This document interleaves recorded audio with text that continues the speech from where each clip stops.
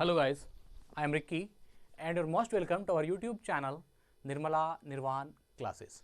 Polity चल रहा था और इसमें जो आज हम लोग दूसरा टॉपिक देखेंगे ये है रेगुलेटिंग एक्ट 1773। इसके पहले जो ऐतिहासिक पृष्ठभूमि था, हिस्टोरिकल पृष्ठभूमि था, उसको हम लोगों ने देखा था और आज हम लोग देखने वाले हैं रेगुलेटिंग एक्ट 1773 को। इसमें कुछ जो बातें हैं बहुत इंपॉर्टेंट है जिसको हम आपके लिए लेकर आए हैं। और अगर आज की वीडियो को देखते हैं तो 1773 से जुड़ी हुई जो भी बातें हैं या जो मुद्दा है, जो पॉइंट है, वो आपका छूटने वाला नहीं है। चलिए शुरू करते हैं। तो रेगुलेटिंग एक्ट 1773 ये क्या था? जब British East India company Bharat आई तो उस कंपनी को नियंत्रण में रखने के लिए, सही ढंग से, सही प्रणाली से चलाने के लिए जो है अलग अलग समय में अलग अलग एक्ट बने और उसी एक्ट को जो है हम पढ़ रहे हैं। उसी की एक कड़ी है रेगुलेटिंग एक्ट 1773 जो कि सबसे पहली कड़ी है। आगाज यहीं से होता है। इसके बाद और भी आप देखिएगा अलग अलग एक्ट जो है, बहुत सारा एक्ट हम लोग पढ़ेंगे अभी।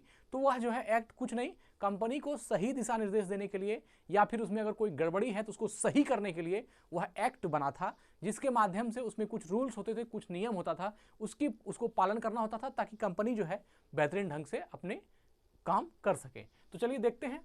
इस अधिनियम का अत्यधिक संवैधानिक महत्व था, है ना। यहां तक में आपको यह समझ में आ गया होगा कि एक्ट क्या है। वह कंपनी से संबंधित, कंपनी से जुड़ा हुआ एक्ट होता था, जिससे कि कंपनी किस तरह से और अच्छा ग्रो करे या उसमें क्या कमी आई है उसको दूर करने के लिए नया नियम बनाना, एक नया जो है कह सकते हैं कानून तैयार करना, वह क्या कहलाता है? एक्ट कहलाता है।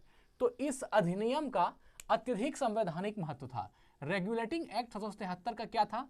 अत्यधिक संवैधानिक महत्व था। और यह चूंकि पहला रेगुलेटिंग एक्ट, पहला एक्ट है ना, ये पहला एक्ट है 1773। तो आइए उसको देखते हैं और इसमें संवैधानिक महत्व क्या क्या था उन चीजों को जानते हैं। तो इस अधिनियम का मतलब रेगुलेटिंग एक्ट 1773 का, है ना, अत्यधिक संवैधानिक महत्व था। जैसे यहां पर 3 पॉइंट है। देखिए पहला महत्व क्या था? भारत में ईस्ट इंडिया कंपनी के कार्यों को नियमित और नियंत्रित करने की दिशा में ब्रिटिश सरकार द्वारा उठाया गया यह पहला कदम था। यह क्या था? पहला कदम था। रेगुलेटिंग एक्ट 1773 जो है यह पहला कदम था। किस क्षेत्र में? तो ब्रिटिश ईस्ट इंडिया कंपनी के कार्यों को नियमित और नियंत्रित करने के लिए। साफ साफ लिखा है कि ब्रिटिश ईस्ट इंडिया कंपनी के कार्य को नियमित करने के लिए और नियंत्रित करने के लिए, है ना, इस करने की दिशा में ब्रिटिश सरकार द्वारा उठाया गया यह पहला कदम था। कौन? Regulating act 1773 British East India company को नियंत्रित और नियमित करने के लिए उठाया गया पहला कदम था। मतलब कि कंपनी जो है ढंग से नियमित हो और जो है ढंग से नियंत्रित हो, इसके दिशा में ब्रिटिश सरकार द्वारा उठाया गया यह पहला कदम था। कौन? Regulating act 1773। यह जो है फर्स्ट स्टेप था। ठीक है। इसके बाद देखिए इसके द्वारा क्या है? इसके द्वारा पहली बार कंपनी के प्रशासनिक और राजनीतिक कार्यों को मान्यता मिली। किसको? प्रशासनिक और राजनीतिक कार्य को मान्यता पहली बार कब मिली? तो रेगुलेटिंग एक्ट 1773 के द्वारा। साफ बात है। देखिए रेगुलेटिंग एक्ट के द्वारा कंपनी को प्रशासनिक और राजनीतिक कार्यों की मान्यता मिली। प्रशासनिक कार्य का मतलब क्या हुआ? जो कंपनी के अंदर प्रशासनिक पद है या प्रशासनिक कार्य है उसको नियंत्रित करना, और साथ ही जो राजनीतिक कार्य है, कंपनी का जो राजनीतिक कार्य है, जो पॉलिटिकल वर्क है, उन चीजों को भी नियंत्रित करना। किसके अकॉर्डिंग? तो इन चीजों में जो है सबसे पहले जो है इस राजनीतिक कार्य को और प्रशासनिक कार्य को जो मान्यता दिया वह किसके द्वारा मान्यता मिली? तो रेगुलेटिंग एक्ट 1773 के द्वारा जो है यह मान्यता मिली। तो 2 पॉइंट हो गया। एक तो हो गया कि इन्होंने ईस्ट इंडिया कंपनी कार्य को नियमित और नियंत्रित करने की दिशा में ब्रिटिश सरकार का सबसे पहला कदम कौन था? Regulating act 1773। दूसरा हो गया कि इसने पहली बार कंपनी को प्रशासनिक और राजनीतिक कार्यों की मान्यता मिली। और तीसरा है कि इसके द्वारा भारत में केंद्रीय प्रशासन की नींव पड़ी, केंद्रीय प्रशासन की नींव रखी गई। अब भारत में केंद्रीय प्रशासन की नींव आपसे पूछा जाएगा क्वेश्चन में कि भारत में केंद्रीय प्रशासन की नींव सबसे पहले कब रखी गई? तो रेगुलेटिंग एक्ट 1773 के द्वारा भारत में केंद्रीय प्रशासन की नींव रखी गई। अब केंद्रीय प्रशासन तो आप समझ रहे हैं कि जो एक तो आप जानते हैं कि स्टेट का जो प्रशासन होता है वो हुआ, और केंद्रीय प्रशासन हुआ कि जो सेंट्रल हाई लेवल पर जो प्रशासन की व्यवस्था होती है वह क्या कहलाएगी? आपकी केंद्रीय प्रशासन। तो वही कहा कि इसके द्वारा भारत में केंद्रीय प्रशासन की नींव किसमें रखी गई? तो रेगुलेटिंग एक्ट 1773 के द्वारा रखी गई। यह भी पॉइंट जो है मोस्ट इंपॉर्टेंट पॉइंट है। तो इस तीनों ही चीजों में कि रेगुलेटिंग एक्ट 1773 का कार्य कंपनी को नियंत्रित और नियमित करने की दिशा में ब्रिटिश सरकार द्वारा उठाया गया पहला कदम था। साथ ही क्या है कि इसमें प्रशासनिक और राजनीतिक कार्यों को मान्यता भी मिली। और तीसरा क्या है कि इसके द्वारा भारत में जो केंद्रीय प्रशासन आप अभी भी देख रहे हैं, जो ये केंद्रीय प्रशासन की प्रथा जो चली या केंद्रीय प्रशासन जो भारत में बना, यह जो है इसकी नींव रखी गई। तो यह सबसे पहले कब रखी गई? तो रेगुलेटिंग एक्ट 1773 के द्वारा, है ना। इन तीनों ही चीजों को आप समझ गए, रेगुलेटिंग एक्ट 1773 में। अब आते हैं रेगुलेटिंग एक्ट 1773 की विशेषता क्या थी। ये एग्जाम में पूछे जाते हैं कि रेगुलेटिंग एक्ट 1773 की विशेषता में कुछ जो है 3-4 विशेषता 5 विशेषता है, इनमें से कोई आपको उठा करके दे देगा और पूछेगा कि यह किस एक्ट के तहत है। तो अगर आप बढ़िया से समझ लिए हैं तो आप आंसर कर दीजिएगा। आइए समझने का प्रयास करते हैं। इसकी विशेषता जो कौन कौन है वो देख लेते हैं हम लोग। पहला है, बंगाल के गवर्नर को बंगाल का गवर्नर जनरल पद नाम दिया गया। क्या किया गया? बंगाल का जो गवर्नर जनरल था उसको बंगाल का गवर्नर जनरल का पद का नाम जो है दिया गया। मतलब कि बंगाल के गवर्नर जनरल को, ठीक है, तो क्या हुआ? बंगाल के गवर्नर को बंगाल का गवर्नर जनरल पद नाम दिया गया। मतलब कि जो बंगाल का गवर्नर जनरल है अब उसको क्या कहा गया? गवर्नर, बंगाल का गवर्नर जनरल पद का नाम जो है बंगाल के गवर्नर को बंगाल का गवर्नर जनरल पद दिया गया। मतलब पहले जो था वह बंगाल का सिर्फ गवर्नर था और बाद में रेगुलेटिंग एक्ट 1773 में जो है बंगाल का गवर्नर जनरल पद नाम दिया गया। अब वह गवर्नर का जो पद था वह गवर्नर जनरल में तब्दील हो गया है ना, रेगुलेटिंग एक्ट 1773 में, ठीक है। और जो है इसके द्वारा भारत में केंद्रीय प्रशासन की नींव रखी गई, इसको तो हमने बता दिया। खैर एक बात जो है इसमें हम आगे बढ़ेंगे भी, थोड़ा सा इसको देख लेते हैं कि केंद्रीय प्रशासन क्या होता है या आप केंद्रीय प्रशासन से क्या समझते हैं। ये अच्छा प्रश्न है कि इसके द्वारा भारत में केंद्रीय प्रशासन की नींव रखी गई। तो देखिए, अगर केंद्रीय प्रशासन को हम परिभाषित करना चाहेंगे कि केंद्रीय प्रशासन क्या है, तो इसको आप कह सकते हैं केंद्रीय प्रशासन को कि केंद्रीय प्रशासन, है ना, अग्रणी या अध्यक्ष विभाग। केंद्रीय प्रशासन को क्या लिखेंगे? अग्रणी, मतलब जो सबसे आगे है ना। केंद्रीय प्रशासन अग्रणी या अध्यक्ष निकाय, क्या बोल सकते हैं? अध्यक्ष निकाय, है ना। अग्रणी या अध्यक्ष निकाय या लोगों का समूह कह सकते हैं, या लोगों का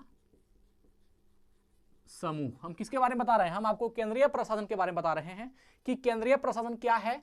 तो यह अग्रणी या अध्यक्ष निकाय या लोगों का समूह है और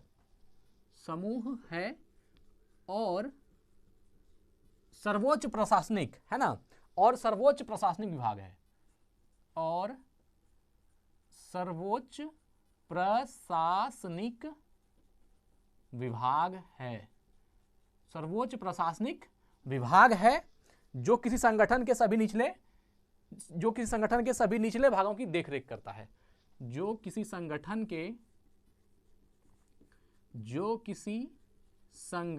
के सभी निचले भागों का, है, सभी निचले भागों का क्या करता है? तो देख रेख करता है, देख रेख करता है। खैर, अब हमको विश्वास है कि आपको केंद्रीय प्रशासन समझ में आ गई होगी भली भांति। केंद्रीय प्रशासन क्या है? तो केंद्रीय प्रशासन क्या है? केंद्रीय प्रशासन अग्रणी या अध्यक्ष निकाय या लोगों का समूह, है ना। केंद्रीय प्रशासन क्या है? तो केंद्रीय प्रशासन अग्रणी या अध्यक्ष निकाय या लोगों का समूह है और सर्वोच्च प्रशासनिक विभाग है। और क्या है? इसी को सर्वोच्च प्रशासनिक विभाग भी आप कह सकते हैं, है ना। तो केंद्रीय प्रशासन अग्रणी या अध्यक्ष निकाय या लोगों का समूह है और सर्वोच्च प्रशासनिक विभाग है जो किसी संगठन के सभी निचले भागों का देख रेख करता है। मतलब उससे जो नीचे का पोस्ट है और इससे जो नीचे का भाग है उस सभी का देख रेख करता है। कौन करता है? तो यह जो है केंद्रीय प्रशासन में जो अग्रणी लोग हैं, जो अध्यक्षों का निकाय है या जो बड़े पद के लोगों का समूह है, या कह सकते हैं जो सर्वोच्च प्रशासनिक विभाग है ना, जो किसी संगठन के सभी निचले भागों का देखरेख करता है, वह आपका क्या कहलाएगा? वह आपका केंद्रीय प्रशासन कहलाएगा। और इसी केंद्रीय प्रशासन की नींव किसमें रखी गई है? रेगुलेटिंग एक्ट 1773 के अंतर्गत जो है यह नींव रखी गई है कि केंद्रीय प्रशासन में कोई भी अग्रणी या अध्यक्ष निकाय जो है या लोगों का जो समूह है और जो सर्वोच्च प्रशासनिक विभाग है जो किसी संगठन के सभी निचले विभागों की देखरेख करता है। तो यह जो है आपका केंद्रीय प्रशासन हो गया। ठीक है, इसकी नींव जो है सबसे पहले रेगुलेटिंग एक्ट 1773 में रखी गई। ये तो हमने देख लिया। और विशेषता में देख लिया कि बंगाल के गवर्नर को बंगाल का गवर्नर जनरल पद के नाम से तब्दील कर दिया गया। पहले सिर्फ बंगाल का गवर्नर था, अब बंगाल का गवर्नर जनरल हो गया, इस पद का नाम हो गया। ठीक है, एवं उसकी सहायता के लिए 4 सदस्यीय कार्यकारी परिषद का गठन किया गया। किसकी सहायता के लिए? तो यह जो है गवर्नर जनरल की सहायता के लिए, जो बंगाल में गवर्नर पद था, जो बाद में गवर्नर जनरल पद बन गया, इस पद का इसकी देखरेख या इसकी सहायता के लिए 4 सदस्यीय कार्यकारी परिषद का गठन हुआ। 4 सदस्यीय कार्यकारी परिषद का गठन किसके लिए हुआ? तो बंगाल के गवर्नर जनरल का जो पद हुआ, इसके सहायता के लिए 4 सदस्यीय कार्यकारी परिषद का गठन किया गया। मतलब 4 एक कार्यकारी सदस्य जो है वह उसका 4 कार्यकारी परिषद में जो है सदस्यों का जो परिषद जो है उसका गठन किया गया। वह किस लिए? तो 4 सदस्यीय कार्यकारी परिषद का गठन सिर्फ इसलिए किया गया कि वह गवर्नर जनरल का मदद करेगा, सहायता करेगा। यह भी जो है रेगुलेटिंग एक्ट 1773 के अंतर्गत आ गया। ऐसे पहले गवर्नर लॉर्ड वारेन हेस्टिंग्स थे। आप जानते हैं लॉर्ड वारेन हेस्टिंग्स जो है सबसे पहले ऐसे गवर्नर थे जिन्हें 4 सदस्यीय कार्यकारी परिषद का सहायता भी मिला, है ना, और ये जो है प्रथम आपका बंगाल का गवर्नर जनरल भी बने। तो ऐसे पहले गवर्नर जनरल में या ऐसे पहले गवर्नर में कौन आ जाएंगे? Lord Warren Hastings. यह भी याद रखिएगा, है ना। वारेन हेस्टिंग्स का काल 1773 से स्टार्ट है, आप जान ही रहे हैं। तो यह जो है सबसे पहला गवर्नर बने जिन्हें कि 4 कार्यकारी परिषद के सदस्यों का जो है सहायता मिला, और इनको पहली बार बंगाल के गवर्नर से बंगाल के गवर्नर जनरल के पद से भी जो है विभूषित किया गया वारेन हेस्टिंग्स को। चलिए आगे बढ़ते हैं, दूसरा पॉइंट देख लेते हैं, है ना। रेगुलेटिंग एक्ट 1773 के द्वारा मद्रास एवं बंबई के गवर्नर बंगाल के गवर्नर जनरल के अधीन हो गए। अब मद्रास और बंबई का जो अलग अलग गवर्नर था वह किसके अंतर्गत आ गया? वह बंगाल के गवर्नर के अंतर्गत आया। मतलब पहले जो है मद्रास अलग था और बंबई जो है यह अलग था। दोनों का गवर्नर जो है, यहाँ का गवर्नर और जो यहाँ का गवर्नर है वो अलग था। लेकिन अब क्या हो गया? ये दोनों ही गवर्नर किसके अंतर्गत आ गया? यह बंगाल के गवर्नर के अंतर्गत आ गया। ये एक ही मिल गया, किसमें? बंगाल के गवर्नर के अंतर्गत आ गया। किसमें हुआ? तो रेगुलेटिंग एक्ट 1773 के अंतर्गत हुआ। तो इसके द्वारा मद्रास एवं बंबई के गवर्नर बंगाल के गवर्नर जनरल के अधीन हो गए। मतलब अब यह जो है बंगाल के गवर्नर का इस पर भी शासन होगा, मद्रास पर भी और बंबई पर भी। पहले दोनों अलग अलग था, जबकि पहले सभी प्रेसिडेंसियों के गवर्नर एक दूसरे से अलग थे। ये बात तो है ही है। पहले मद्रास प्रेसिडेंसी का अलग गवर्नर था, बंबई प्रेसिडेंसी का अलग गवर्नर था। लेकिन रेगुलेटिंग एक्ट 1773 के द्वारा जो है मद्रास और बंबई दोनों का एक ही गवर्नर हो गया। कौन? बंगाल का जो गवर्नर हो गया वह मद्रास प्रेसिडेंसी का भी गवर्नर हो गया और वह बंबई प्रेसिडेंसी का भी गवर्नर हो गया। और यह किसमें किया गया? रेगुलेटिंग एक्ट 1773 के अंतर्गत किया गया। चलिए आगे बढ़ते हैं। इसके अंतर्गत कलकत्ता में 1774 में एक उच्चतम न्यायालय की, है ना, एक उच्चतम न्यायालय की स्थापना की गई। याद रखिएगा, कलकत्ता में उच्चतम न्यायालय की स्थापना की गई। कब की गई? 1774 में। और किस एक्ट के द्वारा? तो रेगुलेटिंग एक्ट 1773 के द्वारा। रेगुलेटिंग एक्ट 1773 के द्वारा कलकत्ता में एक उच्च न्यायालय की स्थापना की गई, जिसमें मुख्य न्यायाधीश और 3 अन्य न्यायाधीश थे। अब वह जो नया उच्चतम न्यायालय जो बन गया, सुप्रीम कोर्ट या जो सर्वोच्च न्यायालय जो बन गया, उसमें क्या था? एक मुख्य न्यायाधीश था और 3 जो है अन्य न्यायाधीश था। एक मुख्य न्यायाधीश और 3 अन्य न्यायाधीश। इसी एक मुख्य न्यायाधीश में जो है नाम आपका आता है एलिजा इम्पे का। आपने नाम सुना होगा, एलिजा इम्पे। यह जो है आपका प्रथम मुख्य न्यायाधीश है, एलिजा इम्पे। यह जो है प्रथम मुख्य न्यायाधीश हो गया। एलिजा इम्पे जो है मुख्य न्यायाधीश था। बाकी 3 जो है अन्य सदस्य इसमें और थे। तो कलकत्ता रेगुलेटिंग एक्ट की स्थापना, कलकत्ता सर्वोच्च न्यायालय या कलकत्ता उच्चतम न्यायालय की स्थापना कब हुई? 1774 में। और किसके अंतर्गत? रेगुलेटिंग एक्ट 1773 के अंतर्गत। किस एक्ट के अंतर्गत? तो रेगुलेटिंग एक्ट 1773 के अंतर्गत। और इसमें क्या हो गया? एक मुख्य न्यायाधीश और 3 अन्य न्यायाधीश थे। एक मुख्य न्यायाधीश कौन थे? जिसका नाम क्या था? एलिजा इम्पे था। एलिजा इम्पे याद रखिएगा, प्रथम मुख्य न्यायाधीश थे जो 1774 में कलकत्ता में उच्चतम न्यायालय बना उसके। चलिए आगे बढ़ते हैं और आगे देखते हैं, है ना। और देखिए यह जो है ये तो ठीक है, एलिजा इम्पे। अगला पॉइंट ही देख लेते हैं। इसके तहत रेगुलेटिंग एक्ट 1773 के तहत कंपनी के कर्मचारियों को निजी व्यापार करने और भारतीय लोगों से उपहार व रिश्वत, है ना, लेना प्रतिबंधित कर दिया गया। मतलब आप भारतीय लोगों से ना तो उपहार ले सकते हैं और ना ही रिश्वत ले सकते हैं। यह जो उपहार लेने की प्रक्रिया और जो रिश्वत लेने की प्रक्रिया है, यह जो है प्रतिबंधित कर दिया गया। किसमें? तो यह रेगुलेटिंग एक्ट 1973 के द्वारा, है ना, रेगुलेटिंग एक्ट 1973 के तहत जो है कंपनी के कर्मचारियों को, जो कंपनी का कर्मचारी है उसको निजी व्यापार, मतलब आप निजी व्यापार नहीं कर सकते, कंपनी का व्यापार चलेगा वही, निजी व्यापार करने और, है ना, निजी व्यापार करने और भारतीय लोगों से उपहार व रिश्वत लेना प्रतिबंधित कर दिया। तीन चीज को प्रतिबंधित किया। क्या क्या? निजी व्यापार नहीं कर सकते हैं आप, इसको प्रतिबंधित किया, और साथ ही क्या बोला कि भारतीय लोगों से उपहार या रिश्वत भी आप नहीं ले सकते हैं। यह दोनों चीजें जो है मना कर दिया। किसमें? रेगुलेटिंग एक्ट 1973 में, कि आप भारतीयों से उपहार भी नहीं लेंगे, रिश्वत भी नहीं लेंगे और निजी व्यापार भी आप जो है नहीं कर सकते हैं। यह भी रेगुलेटिंग एक्ट 1973 के अंतर्गत ही रखा गया। चलिए ठीक है, आगे बढ़ते हैं। इस अधिनियम मतलब रेगुलेटिंग एक्ट 1973 के द्वारा ब्रिटिश सरकार का कोर्ट ऑफ डायरेक्टर्स, है ना, कोर्ट ऑफ डायरेक्टर्स यानी कंपनी की गवर्निंग बॉडी के माध्यम से कंपनी पर नियंत्रण, है ना, कंपनी पर नियंत्रण सशक्त हो गया। मतलब कि कंपनी पर नियंत्रण सशक्त हो गया। इसने भारत में इसके राजस्व, नागरिक और सैन्य मामलों की जानकारी ब्रिटिश सरकार को देना आवश्यक कर दिया गया। देखिए, यह जो है इसमें समझना होगा कि कोर्ट ऑफ डायरेक्टर्स क्या है। तो रेगुलेटिंग एक्ट 1973 यह जो अधिनियम है, इसके द्वारा ब्रिटिश सरकार का कोर्ट ऑफ डायरेक्टर्स या कंपनी की गवर्निंग बॉडी के माध्यम से, कोर्ट ऑफ डायरेक्टर्स क्या है? देखिए, कोर्ट ऑफ डायरेक्टर्स जो है आप इसको कह सकते हैं निदेशक मंडल। कोर्ट ऑफ डायरेक्टर्स को क्या कहा जाता है? निदेशक मंडल। देखिए, ये जो है निदेशक मंडल, निदेशक मंडल का मतलब आपको समझ में आ गया होगा। यह है आपका कोर्ट ऑफ डायरेक्टर्स, जिसको कहा गया निदेशक मंडल।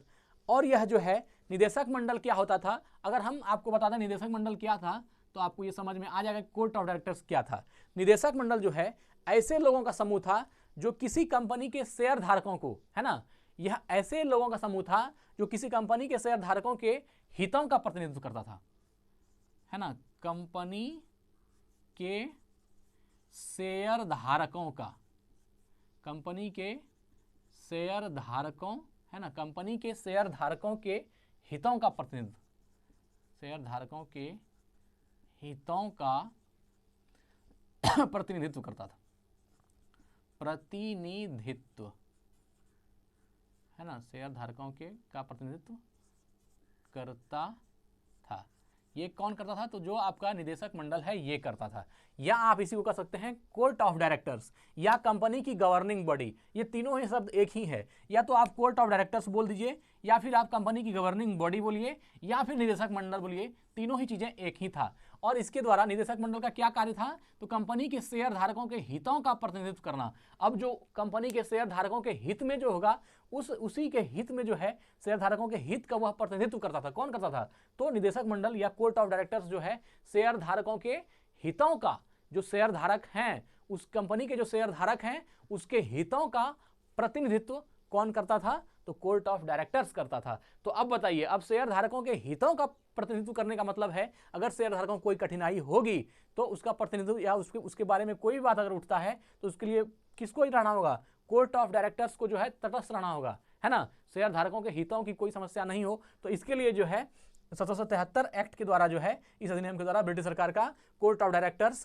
कंपनी गवर्निंग बॉडी या कोर्ट ऑफ डायरेक्टर्स के माध्यम से कंपनी पर नियंत्रण सशक्त हो गया। अब जो निदेशक मंडल हो गया, जो कंपनी के शेयर धारकों के हितों का प्रतिनिधित्व करता है, तो इसके द्वारा क्या हो गया? कंपनी पर नियंत्रण सशक्त हो गया। क्योंकि अब शेयर धारकों को कोई परेशानी होगी तो उसके लिए कौन खड़ा है? यहाँ पर कोर्ट ऑफ डायरेक्टर्स है। तो कोर्ट ऑफ डायरेक्टर्स शेयर धारकों के हितों का प्रतिनिधित्व करेगा। तो जैसे ही कंपनी में कुछ उल्टा सीधा होगा तो वहां पर क्या होगा? नियंत्रण हो सकता है। नियंत्रण के माध्यम से कंपनी पर नियंत्रण सशक्त हो गया कि अब जो है आप गड़बड़ सड़बड़ नहीं कर सकते हैं। और यह जो है कोर्ट ऑफ डायरेक्टर्स का पद जो है रेगुलेटिंग एक्ट 1973 के अंतर्गत लाया गया। बहुत इंपॉर्टेंट पॉइंट था कि इस अधिनियम के द्वारा ब्रिटिश सरकार का कोर्ट ऑफ डायरेक्टर्स कंपनी की गवर्निंग बॉडी के माध्यम से कंपनी पर नियंत्रण सशक्त हो गया।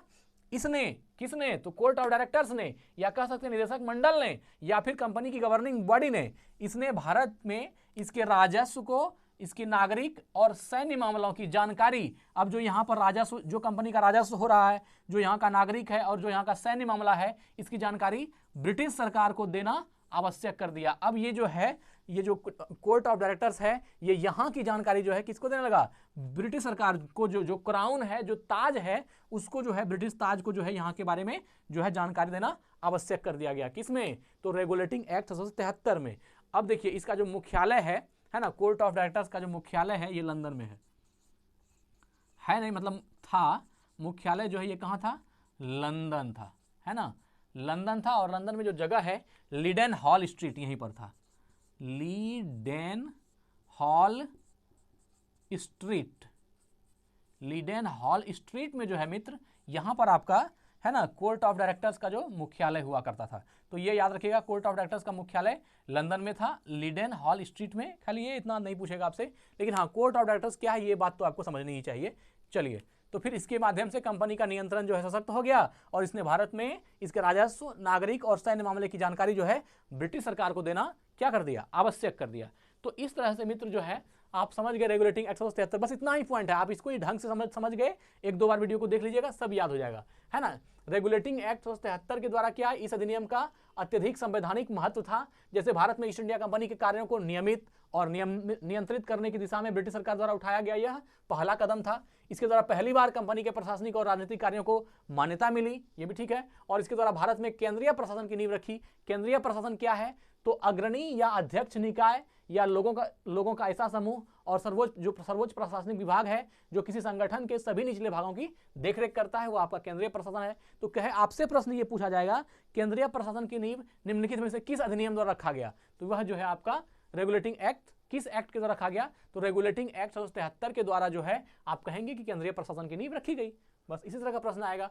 बंगाल के गवर्नर को बंगाल का गवर्नर जनरल पद नाम दिया गया एवं उसकी सहायता के लिए 4 सदस्यीय कार्यकारी परिषद का गठन किया गया, है ना। और ऐसे पहले गवर्नर लॉर्ड वारेन हेस्टिंग्स थे, है ना। और क्या है, इस एक्ट के द्वारा मद्रास एवं बंबई के गवर्नर को जो है बंगाल के गवर्नर जनरल के अधीन हो गए। मद्रास और बंबई दोनों को किसके अधीन कर दिया, तो बंगाल के गवर्नर जनरल के अधीन कर दिया, है ना। जबकि इसके पहले प्रेसिडेंसियों के गवर्नर एक दूसरे से क्या थे, अलग थे, ये भी सही बात है। और रेगुलेटिंग एक्ट 1773 के अंतर्गत क्या किया, कलकत्ता में 1774 में एक जो है उच्चतम न्यायालय की स्थापना की गई, जिसमें मुख्य न्यायाधीश और 3 अन्य न्यायाधीश थे। मुख्य न्यायाधीश का नाम क्या था, एलिजा इम्पे था।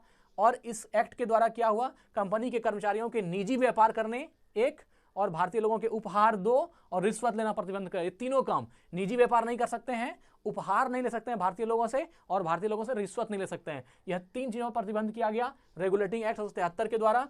और इस अधिनियम के द्वारा क्या हुआ, तो ब्रिटिश सरकार का कोर्ट ऑफ डायरेक्टर्स कंपनी की गवर्निंग बॉडी के माध्यम से कंपनी पर नियंत्रण सशक्त हो गया। अब कोर्ट ऑफ डायरेक्टर्स क्या है, तो कोर्ट ऑफ डायरेक्टर्स को क्या बोलते हैं, निदेशक मंडल बोलते हैं। और ये निदेशक मंडल कौन होते हैं या कोर्ट ऑफ डायरेक्टर्स कौन होते हैं, तो कंपनी के शेयर धारकों के हित का प्रतिनिधित्व करता है कौन, कोर्ट ऑफ डायरेक्टर्स। इसकी जो है के माध्यम से कंपनी पर नियंत्रण सशक्त हो गया और इसने भारत में इसके राजस्व, नागरिक और सैन्य मामले की जानकारी ब्रिटिश सरकार को देना आवश्यक कर दिया। कोर्ट ऑफ डायरेक्टर्स का मुख्यालय कहां था, लंदन में और लीडेन हॉल स्ट्रीट में। तो मित्र आज हम लोगों ने देखा रेगुलेटिंग एक्ट 1773 क्या है। इसके बाद अगली वीडियो हम आपके पास लेकर आएंगे। यही वीडियो को एंड करते हैं। धन्यवाद, स्वस्थ रहें, अपना ख्याल रखें। जय हिंद, जय भारत।